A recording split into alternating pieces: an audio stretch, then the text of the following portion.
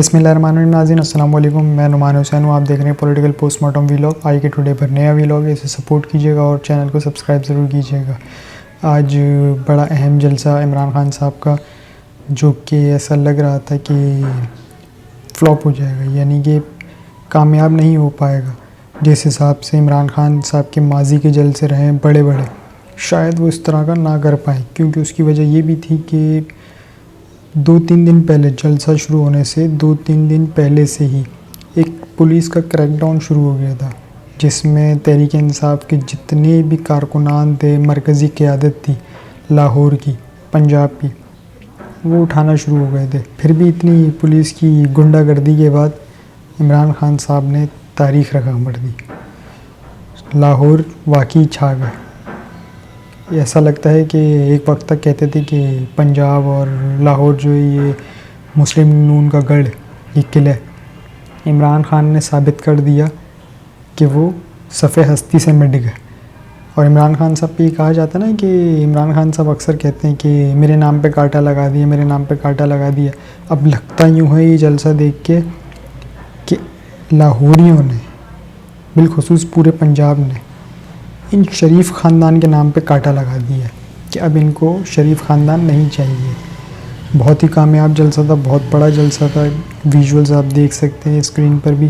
عمران خان صاحب نے بہت لمبا خطاب کیا، تقریباً اگر کہا جائے 1.5-2 گھنٹے کا، تو یہ غلط نہیں ہوگا۔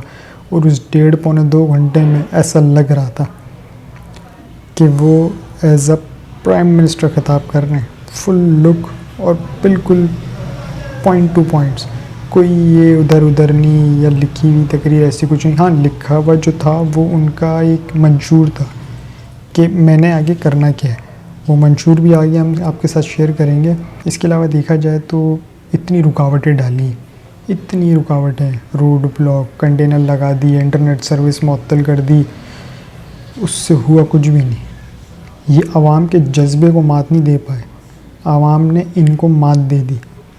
تبھی تو یہ اتحادی حکومت اور یہ پنجاب کی نگراں حکومت جو ہے، یہ پٹھو حکومت، یہ دم دبا کے کہیں بیٹھی ہوئی ہوگی یا چھپے ہوئے ہوں گے، ورنہ عموماً ایسا ہوتا تھا کہ عمران خان صاحب کی تقریر چل رہی ہوتی تھی تو یہ ٹویٹر پہ ایکٹیو ہو جاتے تھے، فوراً جواب۔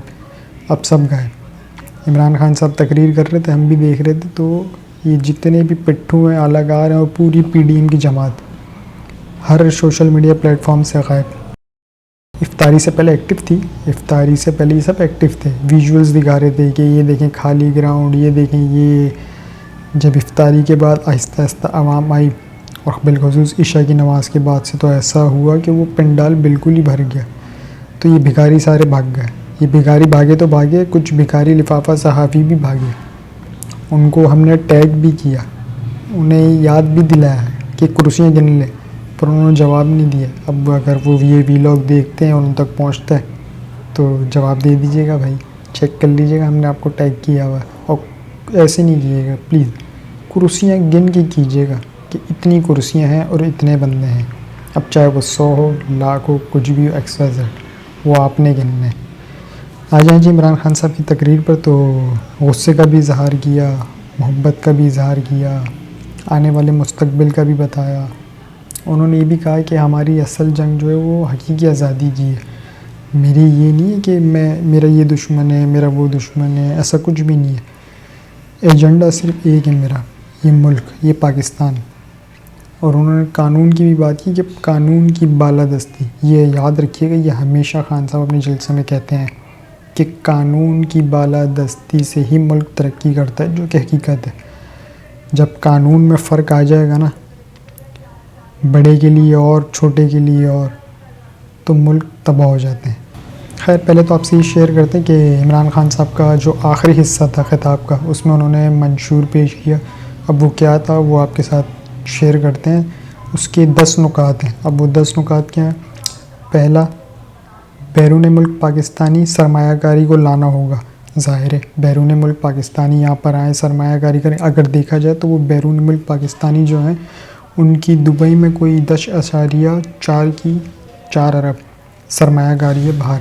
وہ یہاں کیوں نہیں کرتے؟ ان کو پتہ ہے کہ پیسہ چوری ہو جائے گا، جس کا عمران خان صاحب نے ذکر بھی کیا کہ بیرون ملک پاکستانی یہاں پر پراپرٹی خریدتا ہے اور اس پہ قبضہ ہو جاتا ہے۔ تو یہ تو حال ہے یہاں کا۔ اور پھر وہ انصاف کے لیے در بدر پھرتا رہتا ہے جو کہ اس کو ملتا نہیں ہے. تو ظاہر ہے پھر کون کرے گا یہاں پہ سرمایہ کاری؟ کیوں؟ اور چیز پاکستانی جو ہے بیرونی ملک پاکستانی کیوں چاہتے ہیں یہاں سے چلے جاتے ہیں، ان کا دل نہیں لگتا. تو کچھ اس کی وجہ یہ بھی ہے انصاف اور عدل کا نظام. اس کے بعد انہوں نے کہا برآمد کو فعال کرنا ہوگا. اس کے علاوہ سیاحت پر انہوں نے کافی زور کیا. ٹورزم، اگر انہوں نے پہلے بھی جب ان کی حکومت تھی تو انہوں نے کافی زور دیا تھا ٹورزم سے. آپ نے دیکھا بھی ہوگا کہ مختلف ممالک کے لوگ آنا شروع ہوئے تھے ٹورزم کے لیے، سوات کے پی کے وغیرہ میں، جو کہ اچھے بنا دیے تھے. اور جتنی بھی ہے ملیشیا وغیرہ، ترکی کو دیکھ لیں آپ، تو یہ کس طرح اٹھے؟ ٹورزم سے اٹھے. آ جائیں جی. ان کا پھر تھا معدنیات، اور اس کے بعد تھا پھر چھوٹی اور درمیانی صنعت، زراعت، بڑے تعاون کی تنظیم نو، ٹیکس نیٹ بڑا کرنا. ٹیکس نیٹ بہت ضروری ہے کیونکہ ہمارے ملک میں ایسا ہے کہ لوگ ٹیکس نہیں دیتے. میں آپ کی بات نہیں کر رہا، عام عوام کی بات نہیں کر رہا ہوں میں. جو بڑے مافیا ہیں نا وہ ٹیکس نہیں دیتے. وہ کیا کرتے ہیں یار، فار ایگزامپل 1 کروڑ کی ان کی چیز ہے نا، وہ ٹیکس نہیں دے گا. وہ کیا کرے گا، وہ 1 لاکھ نیچے کھلا کے ٹیکس معاف، اور اوپر مینشن یہ کرنا کوئی بڑا مشکل کام نہیں ہے. بڑے بڑے کھاپڑ بیٹھے ہیں، یہ آپ کو بھی پتہ ہی ہوگا کہ وہ یوں مینشن کرتے ہیں کہ ہاں بھائی اس کی 1 کروڑ کی پراپرٹی نہیں ہے، اس کی پراپرٹی 40 لاکھ کی ہے جس کا اس نے ٹیکس دے دیا فلاں 1 لاکھ. اور بعض تو ایسا ہے کہ وہ نیٹ میں شامل ہی نہیں ہوتے، وہ 1 لاکھ جیب میں اور وہ ریکارڈ میں ہی نہیں ہے بندہ کہ اس نے ٹیکس دیا ہے نہیں ہے. تو ٹیکس بہت ضروری ہے. منی لانڈرنگ کو روکنا، بالکل جی، منی لانڈرنگ کو روکنا بہت ہی ضروری ہے کیونکہ ڈالر کی اسمگلنگ ہونا، ڈالر کی شارٹیج ہونا، یہ بھی ملک کے لیے بہت نقصان دہ. اب آئے دن ہم سنتے ہیں ڈالر مہنگا، تو اس کو روکنا بہت لازمی. اور یہ جتنے بھی کھاپڑ ہیں، زرداری صاحب، یہ لانچوں میں بھر کے ان کے پیسے گئے. یہ اپنا نواز شریف صاحب، ان کے سمدھی صاحب جو ابھی وزیر خزانہ بنے ہوئے ہیں، اسحاق ڈار، یہ جہاز بھر کے تو لے گئے. تو منی لانڈرنگ کو روکنا بہت ضروری ہے، چاہے وہ غریب ہو یا امیر ہو. اور اس کے علاوہ ہے پسماندہ افراد کے لیے فلاحی پروگرام، جیسے کہ عمران خان صاحب نے شروع کیا تھا پناہ گاہ، صحت کارڈ. تو یہ بہت ضروری، بہت اچھا انیشیٹو تھا، جسے اس بھکاری حکومت نے اس کو بھی تباہ کر دیا. پتہ نہیں کس کونے میں بھیگا، وہ بند ہی ہو گئے. مجھے نہیں پتہ، میں بھی جب وزٹ بھی کیا تھا 2-3 جگہوں پر جہاں پہ پناہ گاہیں تھیں. میں اس سے پہلے بھی گیا عمران خان صاحب کے دور حکومت میں، تو وہ بہت اچھے چل رہے تھے. میری ان سے ملاقات بھی ہوئی تھی. جتنے بھی پناہ گزیر تھے انہوں نے دعائیں دی ہیں باقاعدہ خان صاحب کو، اور جو وہاں پر اسٹاف کام کرتا ہے ان کو بھی، کہ ہمارا بالکل بہت خیال رکھا جاتا ہے. لیکن اب بھی وہاں پہ تالے لگے. کیوں؟ کیونکہ ان بھکاریوں نے بند کر دیا. یہ عمران خان صاحب کا منشور تھا. اور اس کے علاوہ انہوں نے اپنے آخری حصے میں یہ بھی بات کی کہ میں اپنی اسٹیبلشمنٹ سے پوچھنا چاہتا ہوں. انہوں نے اپنی اسٹیبلشمنٹ سے پوچھا کہ میرے اوپر ریڈ لائن لگا دی گئی ہے، لیکن کیا آپ کے پاس کوئی روڈ میپ ہے؟ میرے اوپر کانٹا لگا دیا ہے کہ آپ کے پاس کا کوئی روڈ میپ ہے؟ جن لوگوں کو اوپر بٹھایا گیا ہے ان کے پاس نہ اہلیت ہے نہ قابلیت، ان کے تو سارے پیسے باہر ہیں. یہ کہا ہے جی عمران خان صاحب نے کہ جن کو آپ نے مسلط کیا ہے نہ ان کے پاس اہلیت ہے، جو کہ واقعی نہیں ہے، کیونکہ یہ پٹھو ہیں، یہ اعلی کار ہیں، انہیں مسلط کیا گیا ہے. یہ عوامی طاقت سے نہیں ہے. عوامی طاقت سے آتی اسمبلی جب جنرل الیکشن ہوتے ہیں، وہاں سے الیکٹ ہو کے ہاؤس میں جاتے ہیں، اور وہ ہاؤس الیکٹ کرتا ہے پرائم منسٹر. ان کو الیکٹ کیا ہے آقاؤں نے. تو یہ آقاؤں کے الیکٹڈ ہیں، عوام کے الیکٹڈ نہیں ہے، جس کو آج ٹھاٹے مارتے سمندر نے ریجیکٹ کر دیے. اور اگر اسی کو کنٹینیو کرتے ہوئے چلیں تو انہوں نے یہ بھی کہا ہے کہ بظاہر ایسا لگتا ہے کہ اسٹیبلشمنٹ نے میرے نام پہ آگے کانٹا لگا دی کہ اس کو حکومت میں آنے نہیں دینا ہے. تو اگر عوام چاہے نا، اگر آپ چاہیں تو کوئی بھی طاقت نہیں روک سکتی. اسٹیبلشمنٹ بھی نہیں، بدماشیاں بھی نہیں. طاقت صرف عوام کی ہوتی ہے. ملک بچانا ہے تو آپ کی ضرورت ہے، آپ کی طاقت کی ضرورت ہے، اور کسی کی بھی نہیں.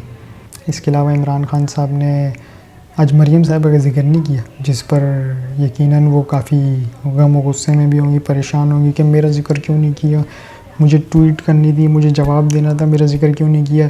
تو عمران خان صاحب نے ان فالتو چیزوں پر غور نہیں کیا، انہوں نے پوائنٹ ٹو پوائنٹ اپنی خطاب کا آغاز کیا اور اختتام کیا۔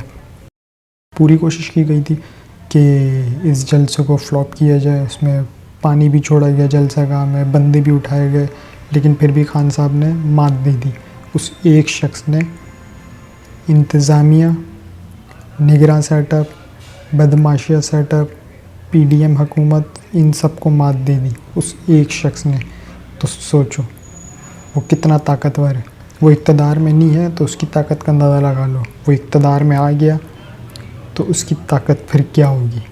اور وہ اپنی طاقت سے نہیں، ایک اللہ، ایک عوام، اس کی تو آپ چھوڑ ہی دیں اس کی طاقت، اس نے تو سب کچھ اپنا اللہ پہ چھوڑا ہوا ہے کہ بھائی وہ ہے میرا بس۔ انہوں نے یہ بھی کہا کہ مجھے مارنا ہے تو بھائی مار دو، اگر آپ کو لگتا ہے کہ اس سے ٹھیک ہوتا ہے تو بھائی مجھے مار دو۔